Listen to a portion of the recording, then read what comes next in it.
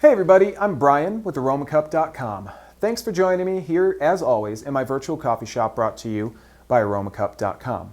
Today I'm talking about some great coffee from Pangeo Coffee. These are whole bean coffees, and Pangeo basically works with some of the world's poorest villages to help to enrich the lives of the folks who live in those villages while helping them also to harvest these great coffee blends which they make. So they have a number of different coffees from all around the world, and we're going to go ahead and talk about one of them today. You can check out some of our other videos to find out about these other great coffees that I have here in front of me. Let's go ahead and dive in, talk a little bit about the coffee, and brew some. All right, everybody, so today we are talking about the Ethiopian Harrar Coffee. The Ethiopian Harrar, I tell you, it smells great, and I'm going to go ahead and brew some, and then I'll tell you guys about the characteristics of this coffee. As I say, these are whole bean. They come in a vacuum seal bag, and I've been really impressed with how great these coffees smell and taste. So I'm going to go ahead and brew some of this Ethiopian Harrar using a Bodum French press right here. This is a 32-ounce French press. And we've talked a lot in the past about French press and how we really love making coffee with it here at Aromacup.com, because French press just makes, very honestly, a great cup of coffee. So let's go ahead and brew a little bit. I've used my Bodum Bistro grinder here to grind up some of the Ethiopian Harrar beans to French press standards. Very coarse ground. This is really important, guys. Make sure that your coffee is ground properly if you're going to be doing French press. Now, here's one of the tricks with French press, and the great thing is that all of these Bodum French presses come with one of these little scoops. The trick with French press is to use one of these for every 4 ounces of liquid or coffee that you're going to be making in the French press. So I'm only going to use half of my French press today, so I'm going to go ahead and do 1 and 2 and 3 and 4. And here's a little secret that we have here at Aromacup.com, and the secret is, guys, go ahead and go over a little bit. Go ahead and drop in a 1/5 right there. It never hurts. All right, so now that we have our coffee ready in our French press, we're going to go ahead and add some hot water. Now, what I've done is I have brewed some hot water in our carafe right here. Something that's very important, guys, and we've talked about this again before, give your water a little bit of time to rest, at least a minute or two. Don't just pour boiling hot water onto your coffee. And then take a little bit of time and very slowly pour in some of your hot water. Just kind of mix it all around. Now, the reason that we're doing this is because what we're doing is we are blooming the coffee. You're going to know that the coffee is blooming because you're going to start seeing this foam, this whitish, brownish foam forming on the top of the coffee. And what this means is that the coffee is actually blooming. The flavor is coming out of it very slowly, because that's the thing with French press, guys. Make sure to take your time. As long as you take your time, you're going to get a great cup of coffee. So after I've bloomed this just a little bit, I can go ahead and I can finish up adding my water very slowly. And I'm just going to go again about halfway right there. And now I'm going to go ahead and give just a little bit of a stir. Just a little bit. And again, you can see it's blooming really well right now, because you can see all of this brownish foam that's happening here on the top of my grounds. So this is great. This means that my coffee is blooming and it's brewing really nicely. So you can go ahead and set your spoon aside now. And that's another thing I should mention. You guys noticed that I did use a wooden spoon. Use a wooden spoon if at all possible, because otherwise you can scratch up the inside of your French press carafe, and that is no fun.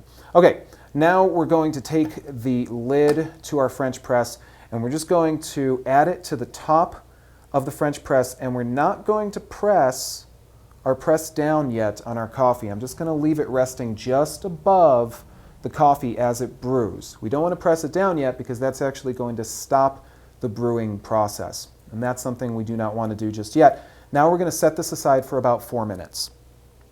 So I'm going to let this brew and bloom, and while it's brewing and blooming, I'm just going to tell you guys a little bit about these great Pangeo coffees. Now again, the one that I'm using today is the Ethiopian Harrar. The Ethiopian Harrar comes from the city of Harrar, which sits atop the eastern Ethiopian hills. And one of the things that's very, very cool about this coffee is that it's dry processed. What that means is that the beans are actually picked when they are ripe, and then they are processed in the sun. So I'll show you guys what these beans look like a little bit here. They have about a medium bold kind of flavor, medium blonde almost kind of look to them. Not too dark, not a whole lot of oils going on here, which makes a lot of sense considering that these beans are dry processed. In addition, the Ethiopian Harrar coffee from Pangeo Coffee is Fair Trade. It's organic.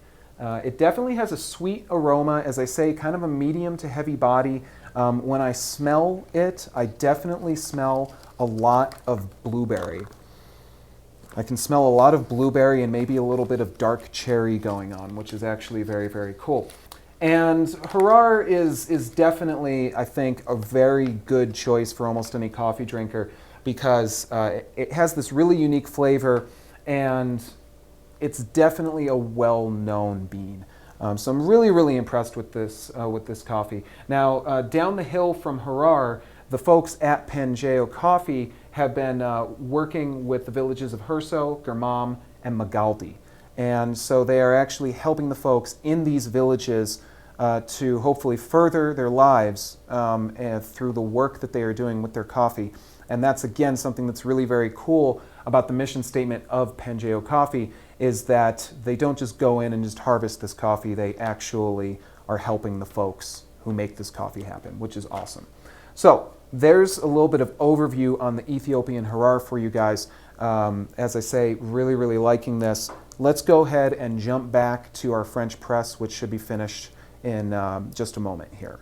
All right, everybody, so our French press is done now. We've given it 4 minutes of time to bloom and brew and rest. That's really, really important. Remember, give a little bit of resting time to your coffee when you are using French press. And now, all I'm going to do is I'm simply going to slowly press my French press down.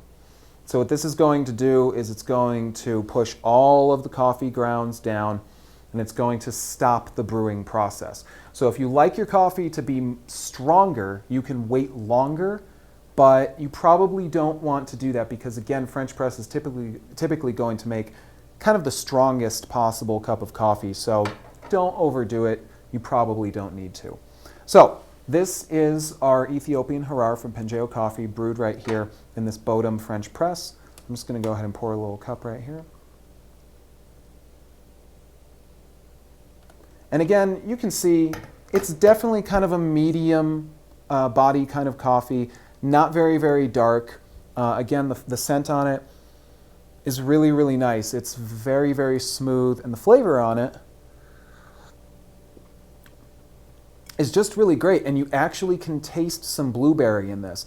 This is one of the first coffees that isn't pre-flavored, which I've had, which I can say that the descriptors for the coffee beans actually match what it tastes like. So really, really like these coffees from Pangeo Coffee.